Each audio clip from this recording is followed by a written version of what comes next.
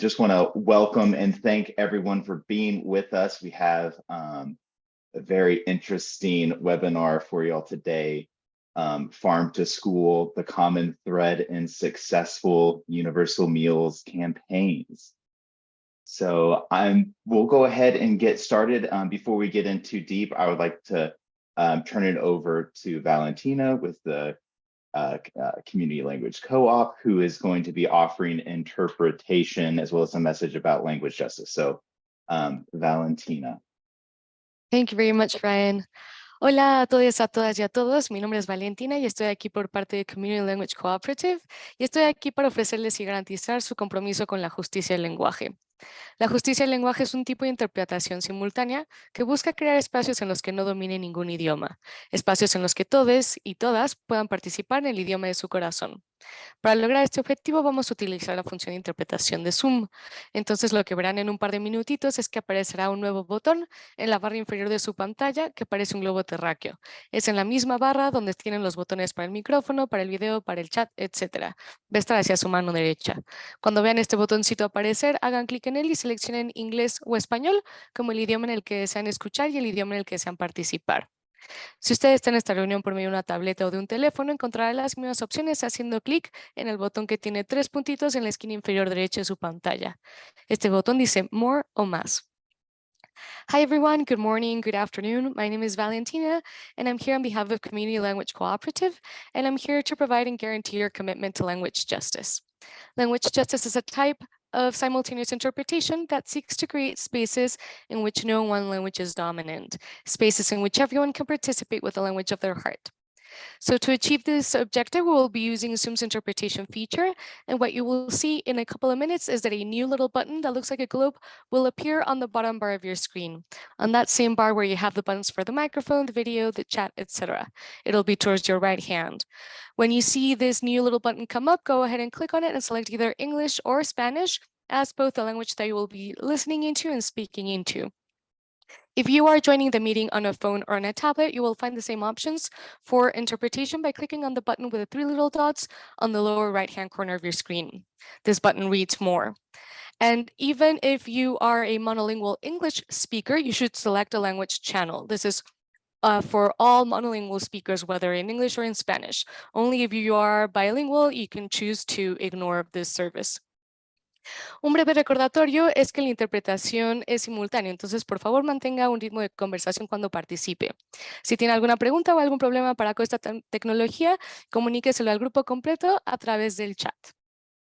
A quick reminder for those of you that do prefer to use English, Spanish is 20 to 25% longer than English, so please be aware of your speed, and if you have any questions or any issues whatsoever with this technology, please let the whole group know by means of the chat box so that we can work together to address it. Muchas gracias por tenerme por acá. Vamos a activar los canales de interpretación ahora. Thank you so much for having me here. We can go ahead and start the interpretation channels now. Thank you so much, Valentina.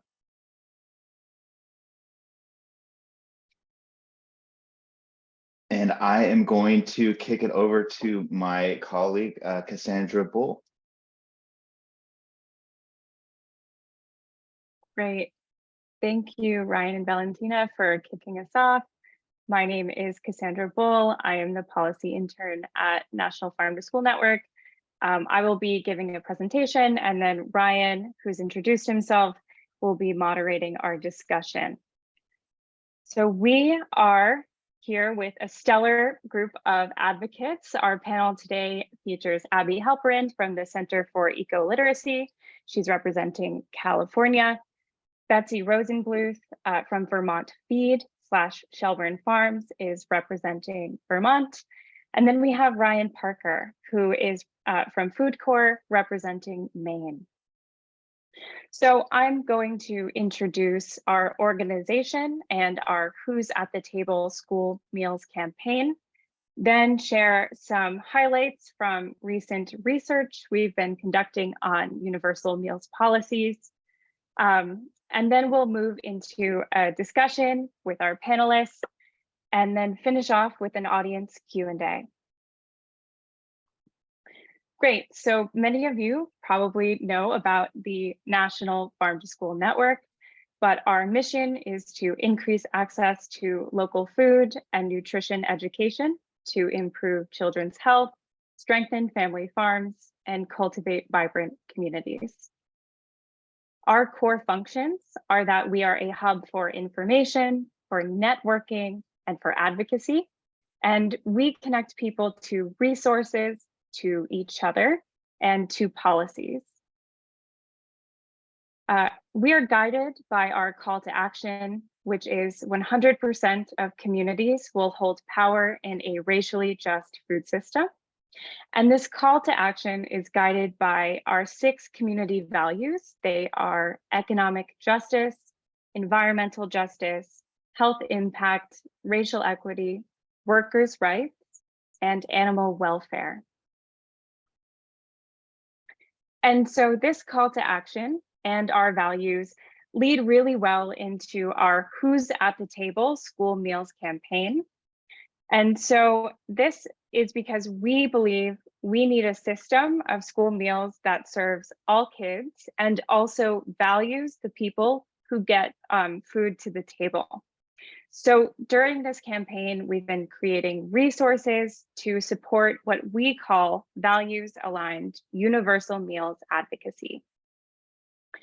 And so what this means is that it's great to have access to school meals, but if they're not sourced locally, if they're not nutrient dense, scratch cooked, that support adequate labor rights and animal welfare, purchased from historically marginalized farms, and so on, we think that we're missing the mark.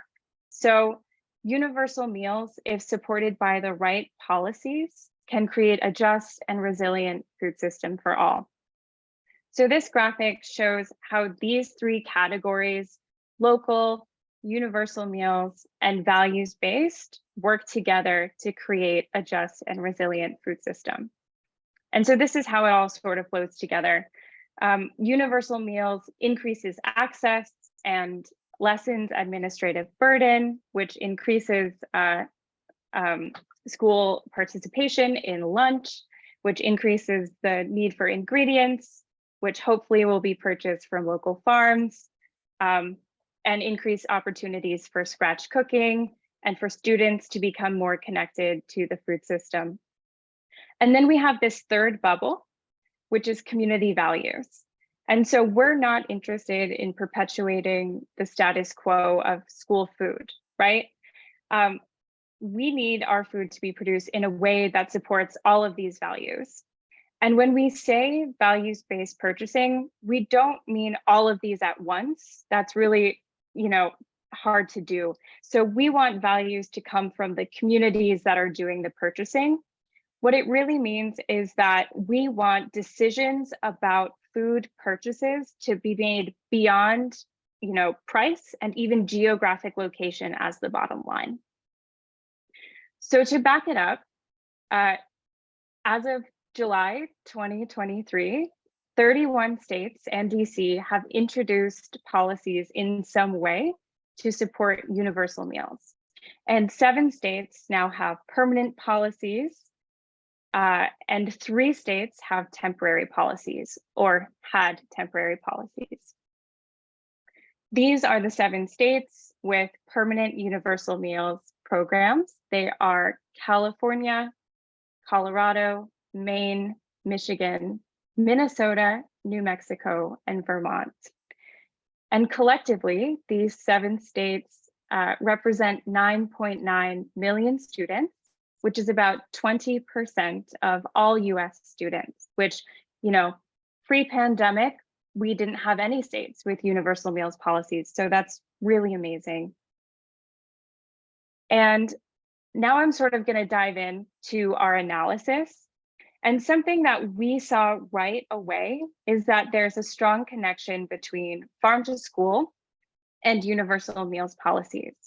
So if there's one thing I want you to take away from this conversation, it's that all states with permanent universal meals policies right now, these 7, they already had strong policies in place that support local food purchasing.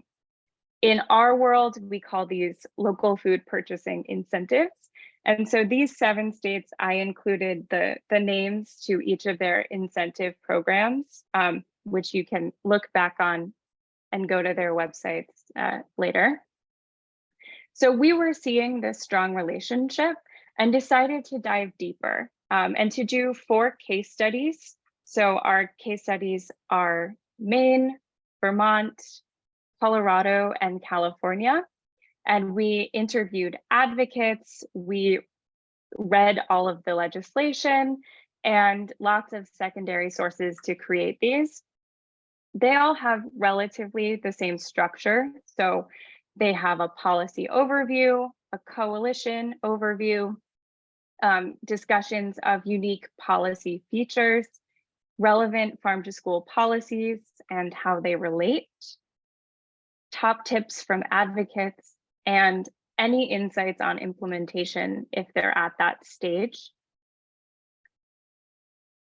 So 2 that are available now are Vermont and Maine's, and then coming soon in August will be Colorado's and California's.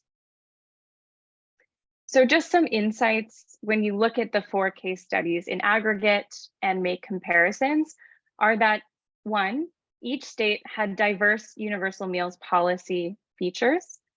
2, each state had unique coalition and advocacy strategies, but many advocates shared similar tips and had similar experiences in implementation. And then the third is that farm to school and/or policies that support values-aligned purchasing are crucial for universal meals advocacy. So I'm going to get a little wonky for a few minutes, but bear with me if it's not your thing, we will come back. I really wanted to tease out the diverse policy features that I was seeing. And the first is that there's different ways to establish a universal meals program. So California established theirs in their big education budget bill that funds lots of things beyond, just school food. Whereas Colorado's was actually voted in by public ballot measures, so Prop FF. And then Maine and Vermont went through the typical single bill legislation process. But Vermont's was introduced by a bipartisan committee, which is pretty cool, of agriculture. This slide sort of teases out that nuance further in a graphic way.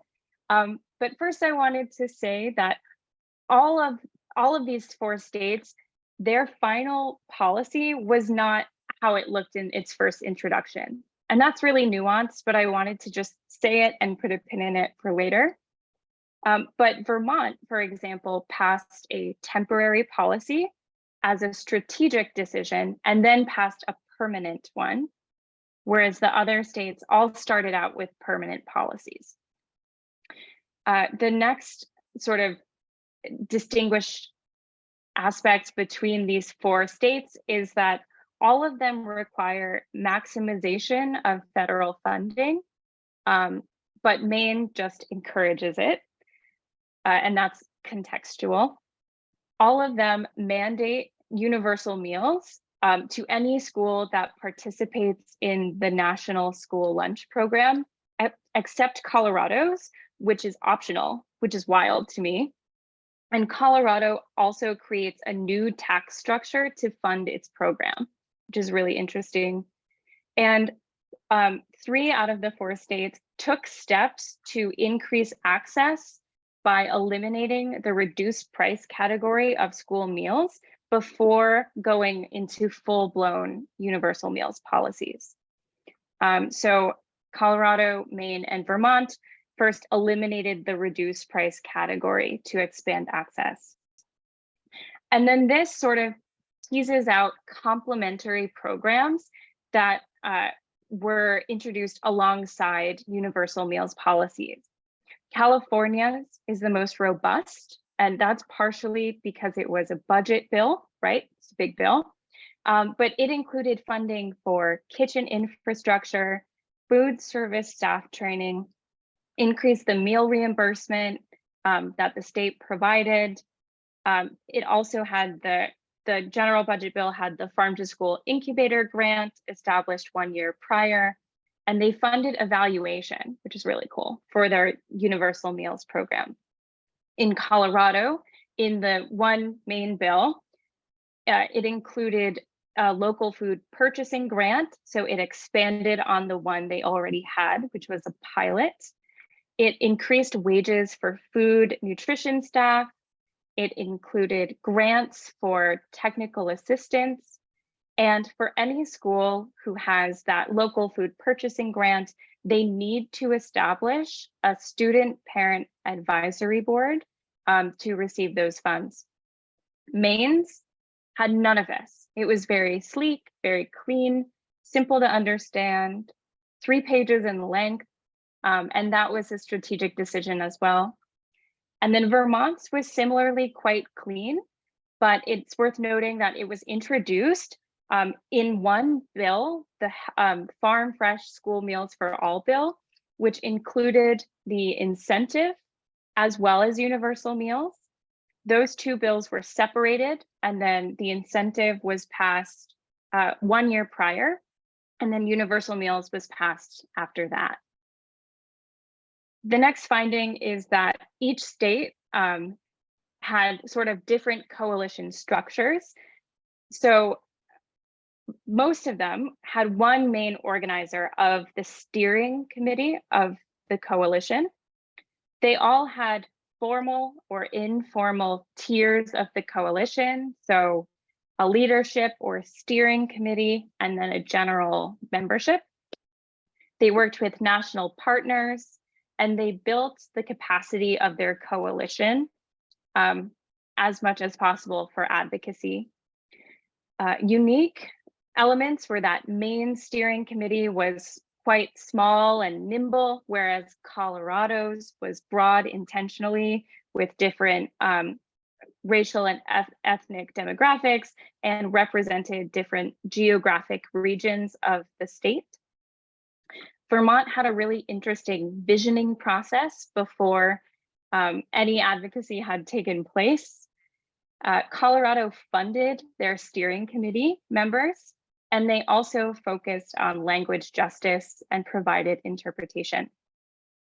Advocacy tips were really the same mostly. So focus on hunger and youth, storytelling, have a broad coalition, work on clear messaging. A lot of them targeted their research to different audiences. They all thought bipartisan support was crucial. They worked with lobbyists. They all had really great legislative champions that were already in relationship with their coalitions. And they used different partners' strengths to reach out to specific audiences. So for implementation, a lot of them found who had it that meal participation increased and stigma of eating lunch was reduced, which cannot be understated. But similar challenges were income form completion, longer lunch lines. Oh, income form completion, it dropped, right?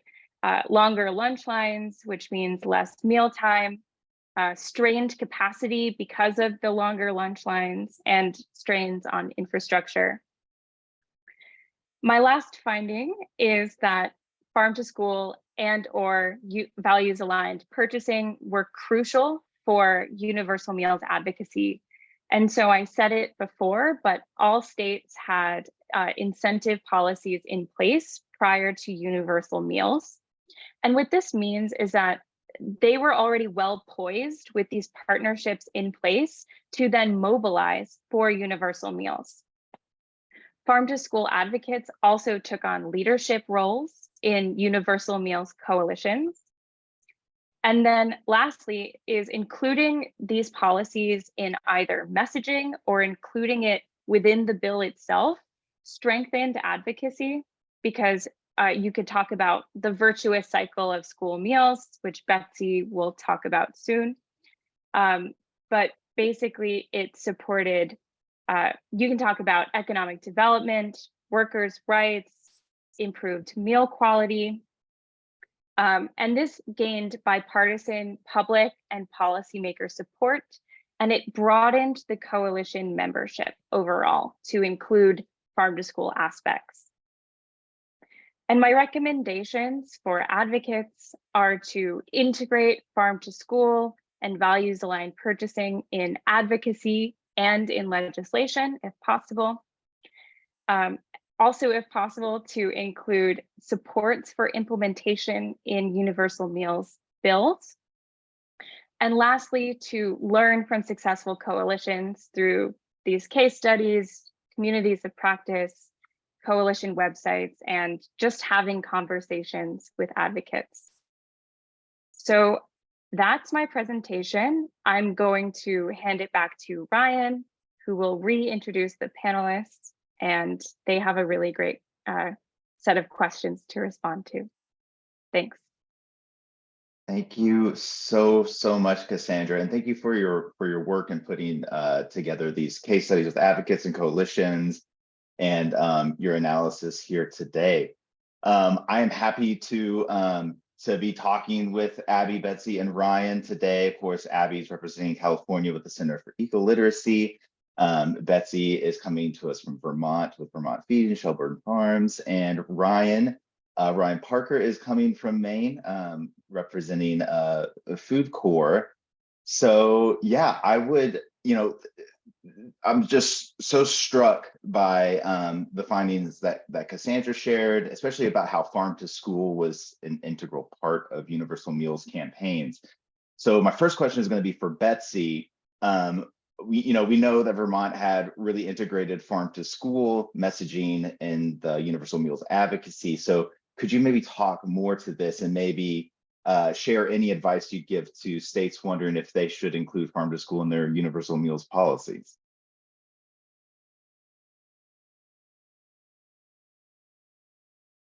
Oh, Betsy, you're on mute.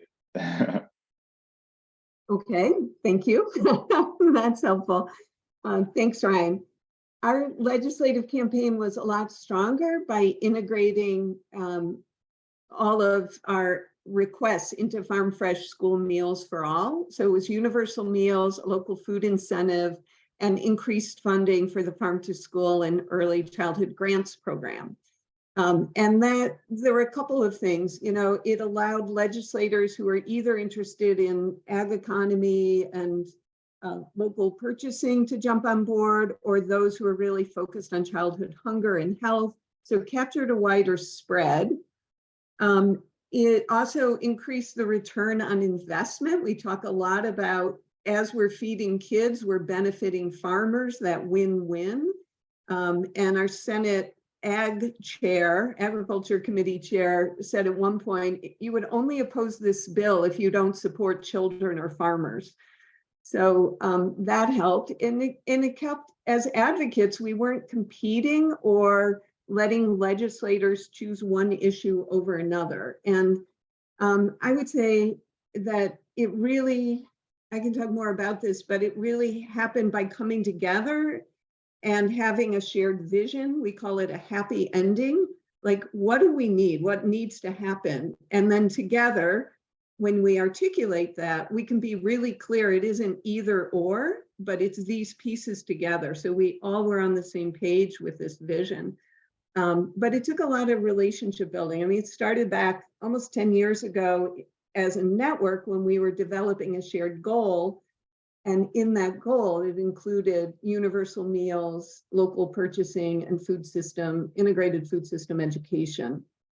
And policy was a lever that built demand for those things. And so we've been working together along the way. And just to elaborate on this, we all talk about the virtuous cycle, which in a very abbreviated way is, farm to school universal meals increases participation in school meals, which, and the excitement, the kids are excited, they connect with school meals, participation goes up, the programs are more financially viable, which gives them more money to buy more local food, which increases participation and the excitement. And it's this reinforcing cycle. So we use this graphic on the screen a lot that show how these three components of the legislation really create the outcomes that we're all seeking. And that was, really successful.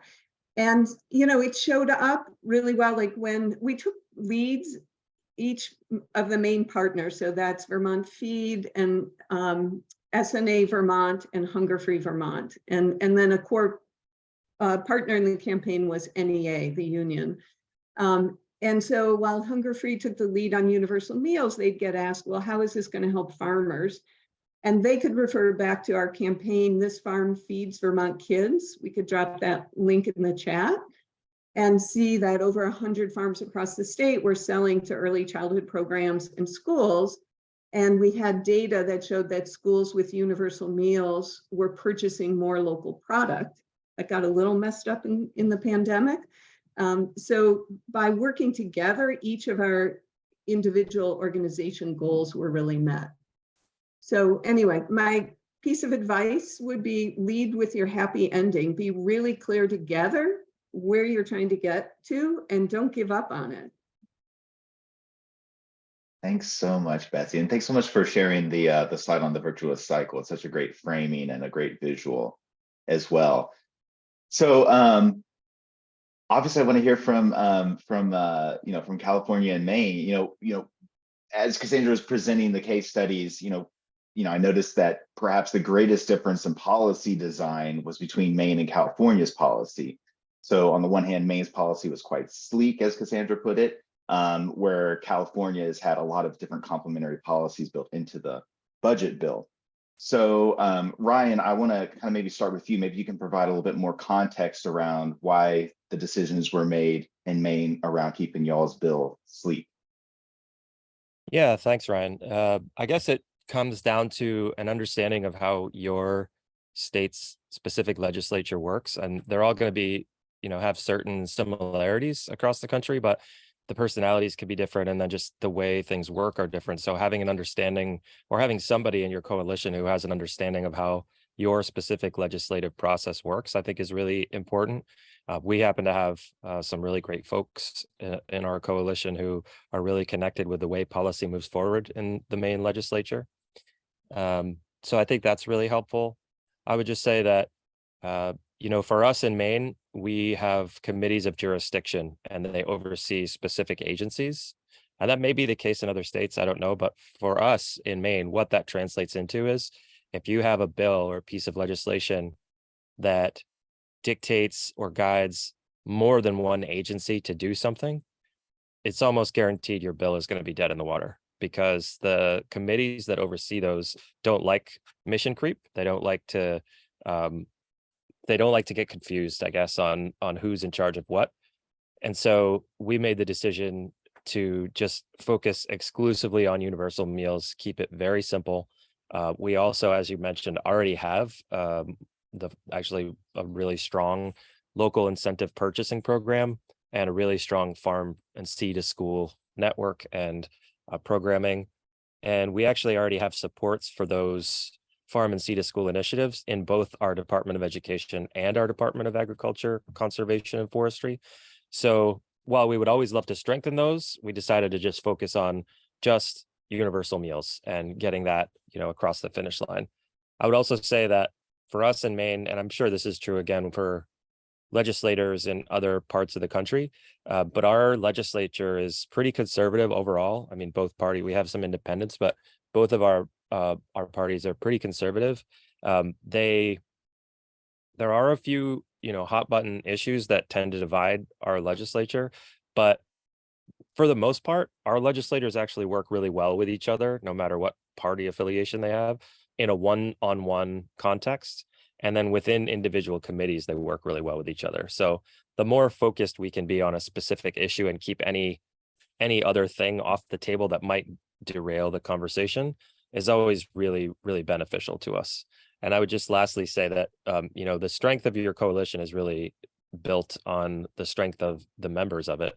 And as Cassandra mentioned, we had some really strong leadership in our state. I would just point to Full Plates, Full Potential, which is an amazing organization here. The advocacy lead there is Anna Corson, and she really took the lead. And helped us develop some really strong relationships in the legislature. So I think those are all really important factors. Thanks so much, Ryan. Abby, would love to hear a little bit more about the context around California's policy design. Thanks, Ryan. Like in Maine, our School Meals for All policy had bipartisan support, though we didn't need it in the California context. We were really pleased that it passed unanimously out of 2 policy committees before becoming part of the budget bill. And part of this is that we were very intentional in using language like school meals for all rather than universal school meals, because polling studies by the Center for Science in the Public Interest found that school meals for all had more bipartisan support. And the comprehensive policy package that we were able to advocate for in California as part of our budget bill was really key to building that broad base of support. As Cassandra started to mention, in the 2021 budget, we were ultimately successful in obtaining $650 million for school meals for all, which included both breakfast and lunch, $150 million for kitchen infrastructure and staff training, and $30 million in both 2021 and 2022 for the largest farm to school grant program in the country. As we spoke to policymakers, we were able to speak to different components of this policy. As Betsy mentioned, for instance, we had a rural Republican senator who was also a family farmer and appreciated how farm to school programs could direct funding to support California's agricultural communities. Together, these investments have a potential to really transform school meals and get us closer to the vision where all students have access to free, fresh, and local meals at school. Thank you so much. I think one of the things that, another common thread amongst all of y'all is, the coalition piece and like the coalition structure and how that's developed. So Abby, kind of staying with you, maybe could you speak a little bit about California's coalition, how y'all engaged diverse groups for the campaign? Absolutely. Strong partnerships were critical to building a multi-stakeholder coalition. When we started out, our goal was to have 100 organizations sign on to the legislation, but we had over 200 show up to support. They represented labor and agriculture and school districts and health and faith organizations and food banks, advocacy orgs, nonprofits, so many more. And as a co-sponsor of the School Meals for All legislation, the Center for Eco-Literacy worked really closely with our fellow core sponsors who formed a core coalition. And that was the California Association of Food Banks, Next Gen California, the Tomcat Ranch Educational Foundation, and State Superintendent of Public Instruction, Tony Thurman. We built a broad coalition, and each of the co-sponsors brought a unique set of other stakeholders to the table. I also really want to acknowledge our legislative champion, Senator Nancy Skinner. She's chair of the Senate Budget Committee and played a key role in bringing these groups together with her long history of social justice and environmental advocacy. Her chief of staff, Jess Bartholow, is an incredible advocate for anti-hunger. And Senator Skinner and her team recruited over 30 co-authors on the bill, which is a quarter of the California legislature. And that really helped build the legislative support and momentum. I also want to acknowledge that school districts were our real champions. The school districts in the Center for Eco-Literacy's California Food for California Kids network provided a unique opportunity to gauge feasibility and priorities. We connected school nutrition directors with policymakers, supported them in testifying at hearings, and elevated their voices in the press and on social media. For instance, a New York Times article featured Erin Primer, a school nutrition director, who shared the story of a single mother who called her in tears when she learned that she made just a few $100s over the annual income limit to qualify for free or reduced price meals. Media opportunities, social media kits, press releases, these all provided an opportunity to bring together the coalition and amplify their voices in supporting this historic legislation. We're going to share in the chat a link with these press releases and coverage so you can see who the members of the California Coalition were and how the media responded to this diverse coalition. Thank you so much for sharing, Abby. It's really important to, and I feel like so interesting to hear about like how these coalitions emerge in so many different parts of the country. Betsy, I know you all had a very formal model of organizing. Maybe could you speak a little bit more about the process you went through to develop y'all's coalition? Sure.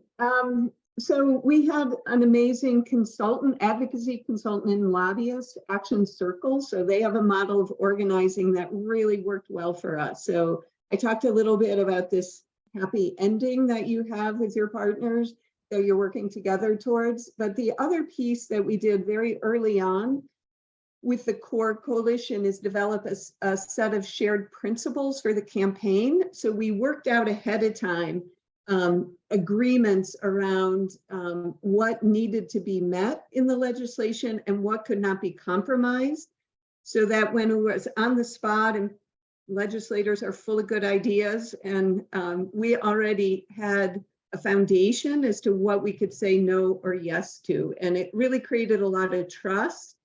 It surfaced tensions early on, we could work through it. It allowed us to make quick decisions in the legislature. And it kept us from splintering as a coalition, you know, with different points of view. So I really recommend the shared principles. You know, I'm not going to read them all. I could probably drop them in the chat, but a few things just to give you an idea was like no student or family being shamed or singled out. A state revenue source should not be regressive and should not require a cut to other important programs. That it should enhance the local economy through increased local purchasing, things like that, and investing in the capacity of our agency of ed to implement. So we did create a position for that. So for example, because I'm sure many of you have this, legislators say, well, it's a big investment. Maybe we should just raise the threshold so more kids qualify, but not everyone. And we could very quickly say, okay, this is in conflict with our shared principles. It doesn't destigmatize the meal program. It's not universal. It's not equitable. So we could say no. And that really helped.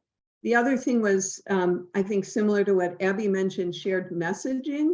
And so we really worked together to rewrite the story of school meals and what it could look like. And there's some message frameworks that I think Cassandra could drop in the link. There's a link to what we ended up as our messaging. And we just kept saying it, all of us, the legislators started to use the same messaging. We looked at rewriting the story that was, you know, originally being told that the quality of meals was poor and people really didn't want their children eating them. And after a year, that has turned around, and it was really more around equity and collective responsibility, that every student should have access to the same things at school, whether it's education or food. And it really kind of countered this idea that, well, individual parents should be responsible for feeding their kids. Because if you look at busing and sports and Chromebooks and everything else, that wasn't the case. So the messaging, the consistent messaging was really, really helpful for us. Thanks so much, Betsy. And I think kind of keeping it to the messaging, you know, storytelling aspect, I want to enter like a kind of a quick lightning round with each of y'all to maybe talk to and respond to maybe some common questions or myths about universal meals, especially when you know, advocates kind of experience some pushback. So this one's for you, Abby, lightning round, real quick. So this is maybe something that folks have heard. Isn't this something the federal government should be paying for? Why is this a state issue? This is such a great question, and one we also got from California policymakers. Yes, it would be wonderful if the federal government were to pass school meals for all. I'm sure most of us on this call have signed on to letters and advocated for it. However, at the time in 2021, it was very clear that even the best federal policy on the table, which was the American Families Plan, would still leave out 42% of California schools. For key legislators, we produced individualized reports about the impact of school meals for all and showed which of the students and schools in their district would be left out of that proposed federal policy. We also worked hard to design the California policy so that it complements the existing federal funding for school meals. For instance, in this coming school year, the state expects to see $2.6 billion of federal funds go to school meals in California, compared to nearly $1.7 billion of state funds for those universal school meals and increased state reimbursement. So that's how the federal and state policies can work together to advance food access. Thanks, Abby. Okay, moving on. This one's for Ryan Parker. So again, in line with like messaging, storytelling, pushback, why are we going to pay for rich kids to eat? Yeah, this is another question that you might face. Is one that you can't anticipate. It's going to come from a certain demographic of legislator, I guess. And what I would say is, first of all, at least in Maine, we don't have a lot of rich kids. So this is not something that we necessarily have to worry about. But before the pandemic and before our universal meals bill became law, most of our school districts were well over 50% free and reduced. So we, as mentioned, we first went for getting rid of the reduced level or label. And so that kind of introduced the idea and gave legislators a sense of, what are we talking about here in terms of population and who's going to benefit from this? So that, the pump was already primed in that way. I would also share one of the best champions we had for our legislation was Senator Matt Pouliot, who was a Republican leader at the time. And we also had Senate President Troy Jackson, who was Senate President, as I said. And the two of them worked really well together in a bipartisan fashion. But Senator Pouliot was really instrumental, I would say, in getting a lot of his Republican colleagues on board. And one of the sort of metaphors that he used was, to make them understand, look, as a state, we already spend over $1 billion on education. And so we're investing all this money in education, but then we're not giving kids one of the most basic things that they need to achieve all of the benefits from that. So it's really, as Betsy said, a return on investment issue. And it's kind of, it'd be like buying a Ferrari and not putting any gas in it. It's just silly. And then one thing that I would just bring, and one of the pieces that I was able to bring to bear for legislators, is I've been on my school board for the last 6 years, and so have a pretty intricate knowledge of the back end of things and how things are funded.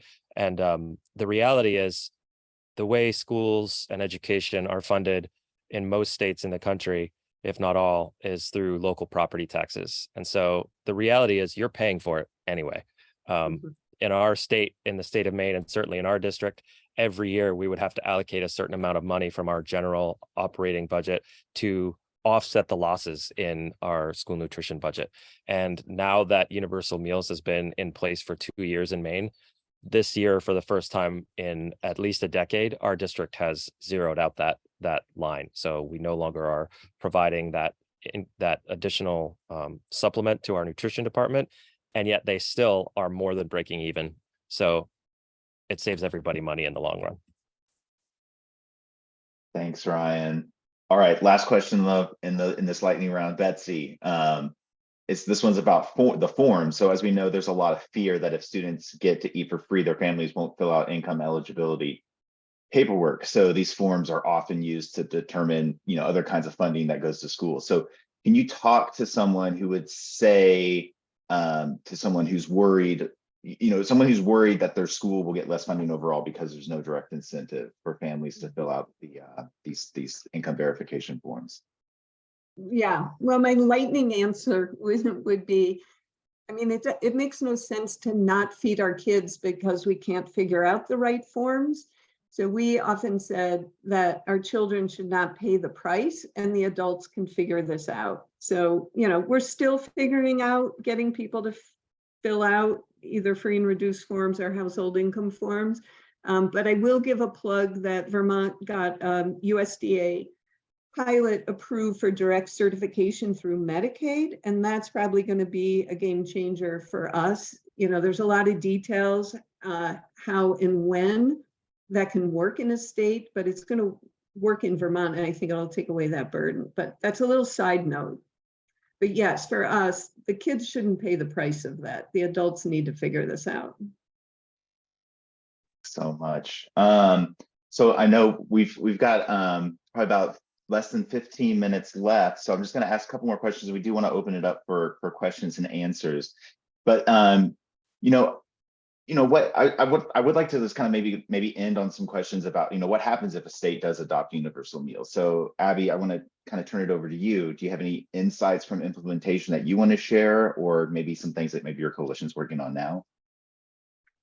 Thanks, Ryan. School Meals for All is working. We have heard from students across California that the stigma is gone, eating school meals has become the norm, and that free school meals are building community. In California, participation in school meals has remained strong, increasing to nearly pre-pandemic levels despite declining enrollments, whereas we've seen drops in other states after the federal waivers expired. We're lucky that California's policy funded evaluation through folks at the Nutrition Policy Institute who are collaborating with researchers in Maine to compare states with and without, and others to compare 10 states with and without school meals for all policies. Some of their early results are available, and we're excited to keep learning from them. And the Center for Eco-Literacy continues to work with over 100 school districts and the California Food for California Kids Network and beyond to support effective implementation of School Meals for All. We've convened a School Meals for All implementation task force, held community of practice calls, surveyed and interviewed districts about their challenges and successes. Cassandra mentioned earlier a few of the themes and challenges around time to eat, around staffing and labor shortages, and around the paperwork, as Betsy was just discussing. In response to these challenges, we've produced a resource on success with School Meals for All, which we'll drop into the chat. We've held webinars with school districts to share best practices. And of course, our advocacy doesn't stop. In 2022, the School Meals for All Coalition advocated for a suite of complementary state policies.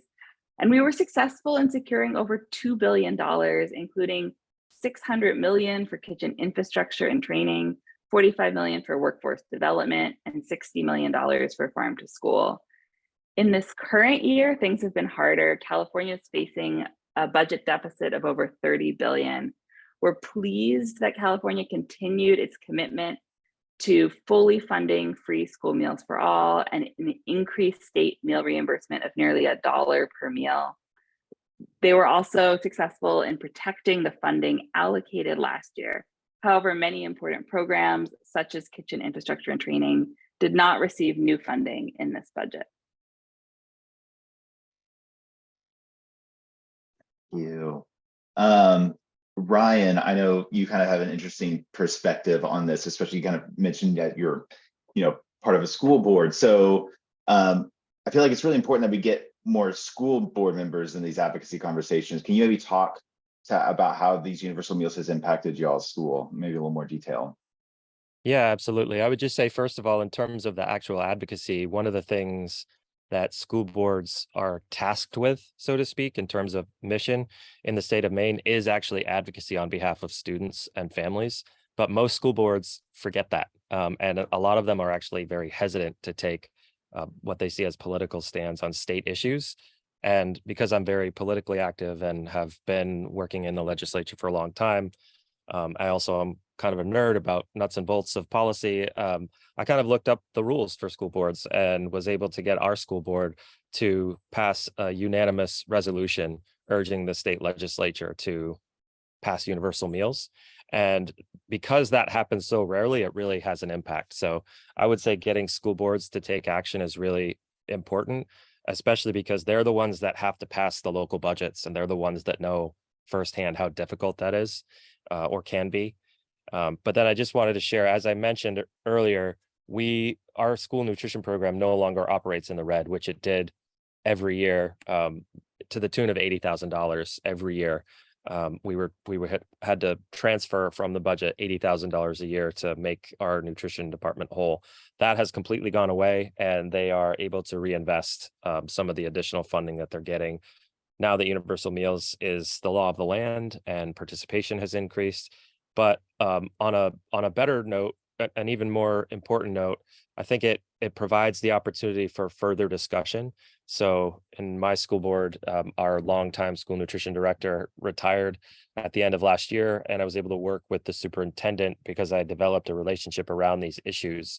Worked with the superintendent to rewrite the entire job description to focus more on scratch cooking and local procurement. And we were able to find someone that I'm just really excited about, who's got a lot of experience working with local farmers and doing some really exciting things in the kitchen. And she just started this summer. So I'm really looking forward to continuing this momentum now that, you know, she has some resources to work with and the support of our school board. That's so wonderful to hear, Ryan. And it's really encouraging, and I think it's hopeful for the rest of us. And so I just want to end before we enter our Q&A. Betsy, maybe you could provide some words of wisdom, some words of hope. You know, anything that you'd like to kind of share as far as last words of advice on how to maintain hope during the campaign process for other folks that are still in the thick of this.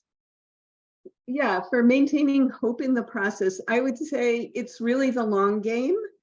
And it's taken us a long time. It didn't happen overnight. And so build your base, you know, give people ways to get involved, from the simplest small ways of just filling out a supporter card or sending an email, to showing up in an event, to, you know, showing up and testifying in hearings.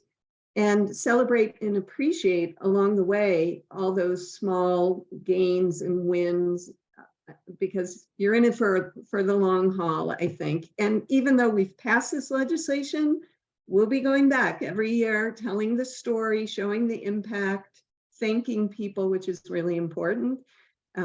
So I think that's important. And the only last thing I would say is it's all about stories. Like, people would repeat the talking points, and that was important in the data, but it was all the personal story. So everyone who spoke, it was a personal story. And the legislators were so moved, especially with the students sharing their stories, that they started to share their own stories from childhood. And it really, that personal connection is what made the difference for people to say, we have to do this. We can't not do this. That's wonderful. Thank you so much, Betsy. And Ryan and Abby, definitely want to open up the floor. If anyone here with us would like to ask the panelists a question, feel free to type your question into the chat. If you're comfortable raising your hand, coming off mute, asking your question, we'd love to be here to kind of help answer anything that you might be curious about or want to dive in deeper.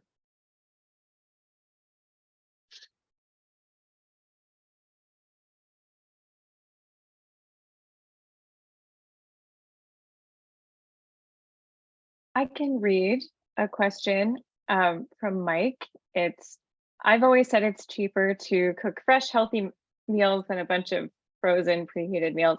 Is there any research to show how children's academic performance improved about health now having a guaranteed meal? In California, do you partner with local chefs to teach cafeteria staff, et cetera, et cetera? I'll maybe start. Yes, there's certainly research, peer-reviewed research, that shows that when kids aren't hungry, their academic performance improves. And we've also seen research that shows that schools are one of the healthiest places Americans consume food. So there's an abundance of research on that end. We're working to provide supports to school districts to be able to serve and prepare fresh meals. We have a virtual culinary training that you can find for free on our website, recipes, things like that. We'll have an upcoming series of community of practice calls this school year with menu planning ideas and resources.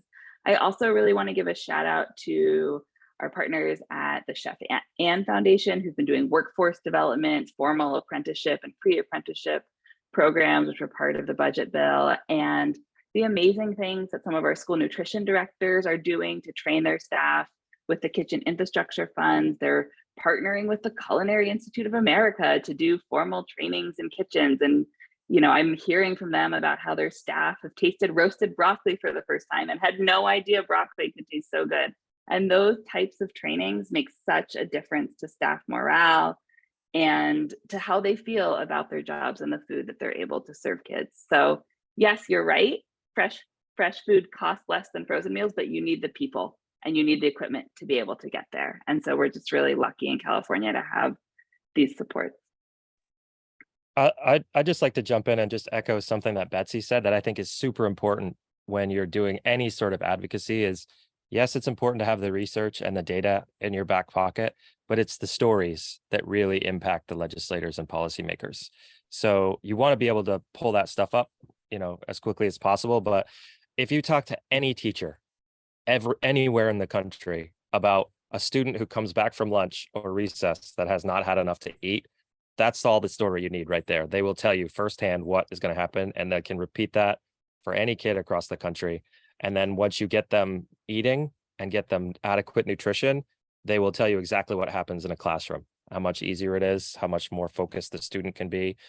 The kids cannot learn when their stomachs are empty. We all know that. Anyone who has children knows what happens when a kid gets hungry.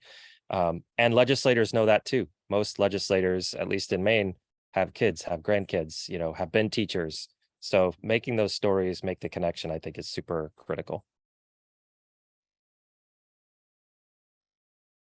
Yeah, there's a great comment in the chat about during the pandemic, the nurse commented on seeing less students. I think we all had that opportunity to have universal meals. And so find those stories from teachers, from school nurses, from anyone in the school that could see the difference of the culture in the lunchroom and the ability of kids to do their best and bring their best when they're well fed at school. Thanks, y'all. And thanks for the question. We have another one from Jennifer. Knowing that this will be a multi-year process, what's your advice on pursuing small steps each year, like getting rid of reduced, et cetera, or going for the full school meals for all each year? I could jump in real quick on that. Just my advice always for advocacy is always start with more than you think you're going to get and negotiate backwards. I think the mistake that a lot of folks make is getting exactly what they want. Like, when Betsy talked about the happy ending, you have to understand what it is you're actually going for and know that that is where that's where you're going to draw the line. And if you can go in asking for more than that, then when you negotiate backwards, what you wanted in the first place seems completely reasonable.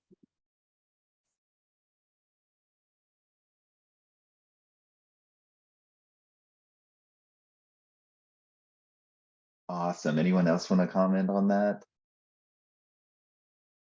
Okay, we have maybe time for one more question.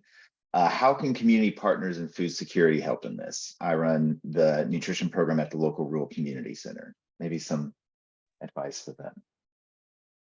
Yeah, I think be part of that coalition, and hopefully there is one, and finding those partners where you all benefit from that, end result, and everybody has a role in that and brings their perspective to the table. So I would say, wherever you are, is there a coalition? There certainly are partners who are interested in this to bring together and begin to plan how that can move forward in your state. So yes, and I think short term, write a letter to the editor. I know that sounds so old-fashioned, whether that's online or in a print, it depends where you're living, but some way of just sharing your opinion of why this is so important.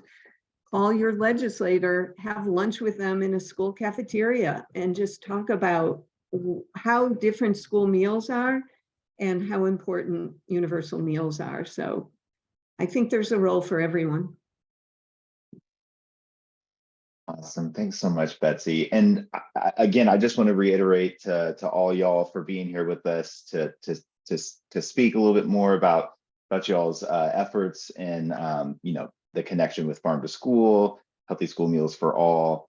This has been a really wonderful opportunity. I know we're getting lots of kudos in the chat So thank you all again. And thank you for everyone who's here with us today, participating with us, and to Cassandra and Valentina, our interpreter today. Just before we kind of wrap things up, I just want to invite everyone, to join us, become a partner with us at National Farm to School Network. I just put the link in the chat. So if you're not already, please feel free to pursue that. And yeah, with that, we'll wrap it up. Don't forget, we'll be sharing the recording, the slides, our panelists' contact information. So if you have any follow-up questions at all, we'll be able to connect with you, and please don't hesitate to reach out. So thanks again, and have a good rest of your afternoon. Thanks, everyone.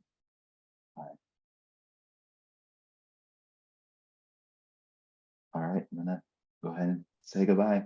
Bye. Bye.